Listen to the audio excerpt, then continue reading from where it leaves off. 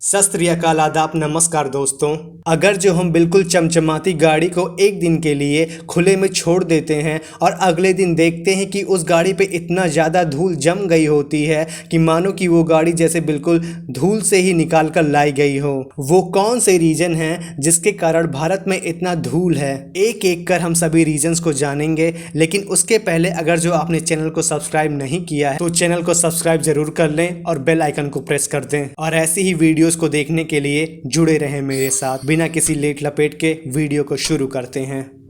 भारत में इस धूल भरे वातावरण के पीछे कई रीज़न हैं, लेकिन इसका सबसे बड़ा रीज़न है जलवायु। जैसा कि हम सभी जानते हैं, भारत में जून से लेकर अक्टूबर तक अत्यधिक बारिश होती है और इसी बारिश के कारण बंजर पड़े ज़मीन और सूखे पड़े ज़मीन फिर से हरे भरे हो जाते हैं। और जब मौसम ख़त्म हो जाता है तो फिर से यही ज़मीन बंजर और सूखे पड़ जाते हैं। और यही साइकिल हमारे देश में हज़ारों सालों से चलता आ रहा है, जिसके कारण हमारे देश की मिट्टी लूज हो जाती है। क्योंकि जब हर साल इसी प्रकार के पेड़ उगते हैं तो वो चट्टानों में क्रैक पैदा कर देते हैं और मिट्टी को ढीला बना देते हैं और इसी से मिट्टी और धूल पैदा होती है। और बारिश का मौसम खत्म हो जाने के बाद यही मिट्टी और धूल हवाओं के माध्यम से एक शहर से दूसरे शहर में फैल जाते हैं। अगर जो हम बाहरी देशों के साथ इस चीज को कंपेयर करें तो वहाँ की मिट्टी में नमी बनी रहती है और इसका रीजन यह है कि भारत जैसे ड्रास्टिक चेंज वहाँ के क्लाइमेट में नहीं होते हैं। जबकि भारत में बारिश के मौसम में वही मिट्टी कचड़ा बन जाती है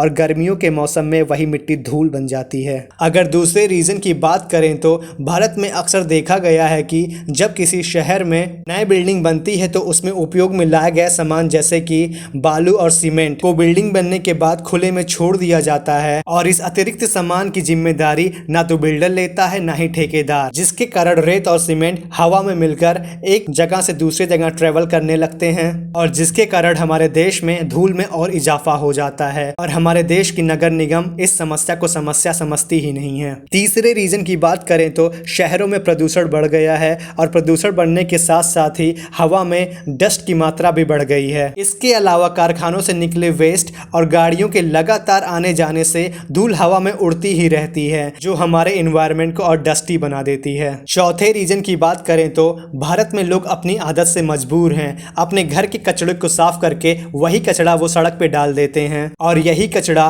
कार, बाइक, स्कूटी, अन्य गाड़ियों के टायर में चिपक जाता है और एक जगह से दूसरी जगह चला जाता है और यही साइकिल हमारे देश में डेली रिपीट होता है, जिसके कारण हमारे वातावरण में अत्यधिक धूल बढ़ती जा रही है। पांचवें और अंतिम रीजन की बात करें तो हमारे देश में घर के बाहर के कचड़े, धूल और गंदगी को साफ करने का काम नगर पालिका का है। लेकिन यह हम सभी जानते हैं कि नगर पालिका अपना काम कितने अच्छे तरीके से करती है। सड़क के धूल को साफ करके सड़क के किनारे लगा देती है। जो छोटा मोटा कचड़ा उनके हाथ से फिसल या गिर जाता है शायद ही वो उसे उठाती है। और तो और उनके सफाई करने का हथियार भी इतना पुराना है कि उससे ठीक से सफाई हो ही नहीं पाता है, क्योंकि उनको सफाई के लिए दी जाने वाली चीजें मैनुअल हैं, वही फावड़ा, वही बड़ी सी झाड़ू। जबकि बाहर के देशों में ऐसा नहीं होता है, वो मैनुअल चीजों के साथ साथ मैकेनिकल चीजें भी सफाई के उपयोग में लाती हैं, जिससे सफाई अच्छी तरीके से हो पाती है। नतीजा उनकी सड़कें, उनकी गलियां साफ सुथरी रहती हैं। हम यही आशा करते हैं कि हमारे देश में प्रदूषण फैलाने वाले लोगों के खिलाफ सरकार सख्ती से पेश आए ताकि हमारी भी गलियां और सड़कें साफ सुथरी रहें। अगर जो आपको ये जानकारी अच्छी लगी हो तो और लोगों के साथ भी इस वीडियो को शेयर करें और लाइक करके सब्सक्राइब का बटन दबा दें। तो मिलते हैं अगले वीडियो में दोस्तों, बाय।